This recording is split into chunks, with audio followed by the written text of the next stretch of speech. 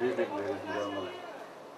Thank you, Anupam, for having me here today in this very august presence and giving me an opportunity to be a part of this momentous day in your life.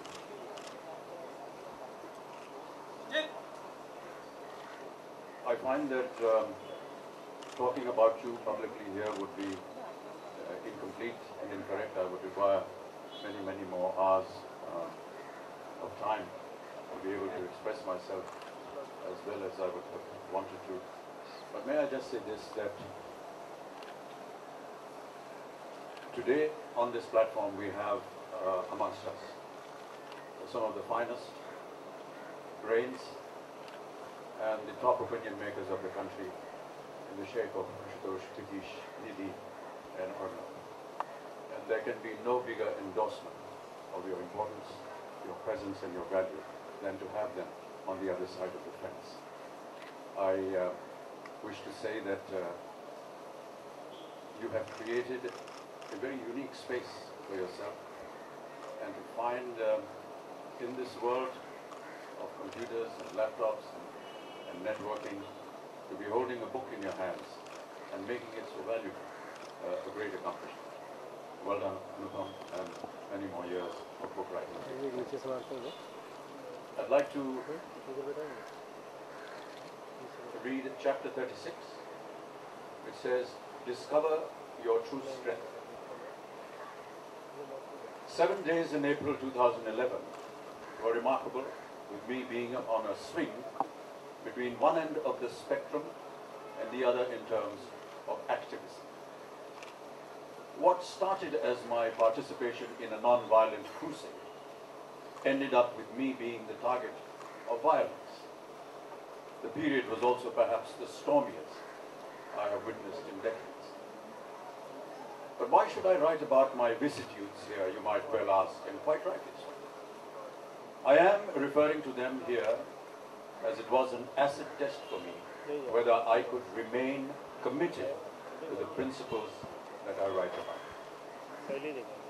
It all began very peacefully on the 5th of April 2011 with me at Jantar Mantar in New Delhi, joining the ranks of supporters of the activist Anna Hazare in his crusade against corruption.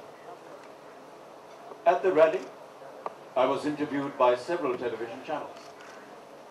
Some politically mischievous elements in Mumbai misrepresented my comments about the Constitution to say that I had stated that it, the Constitution, should be thrown out, or words to that effect.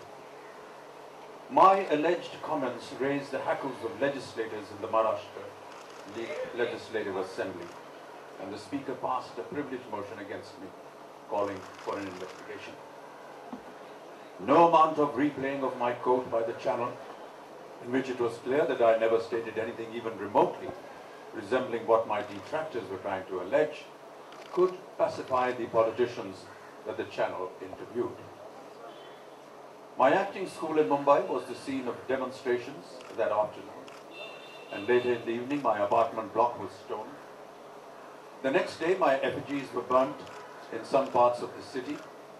All this happened because of something that I had never said, because of something that was intentionally created by some with an ulterior motive. Hence, what does one do in stressful times like this, when one is wrongly charged with a trespass that one did not commit? I resolved to react as it would make matters spiral out of...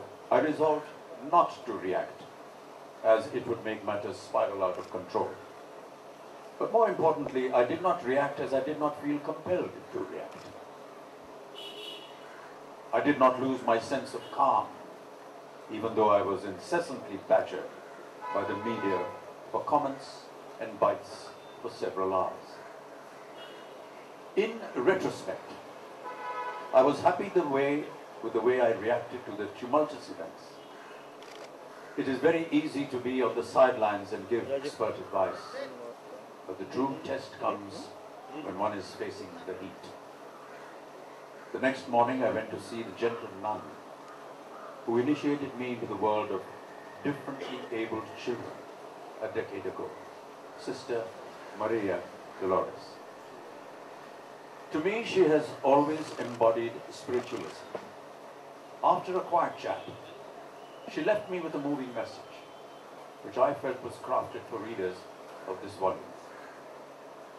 Remember, Anupam, your fight is against corruption and not against the corrupt. Do not confuse one for the other. Forgive those who threw stones at your house. They do not understand what they have done. In your peace will lie your strength. I said, Amen to that. Thank you. May I just end by saying that, with all due respect to Anupam, some of the most important words that I found in this book were the ones that he started his book with by quoting his grandfather. भीगा हुआ इंसान बारिश से नहीं डरता.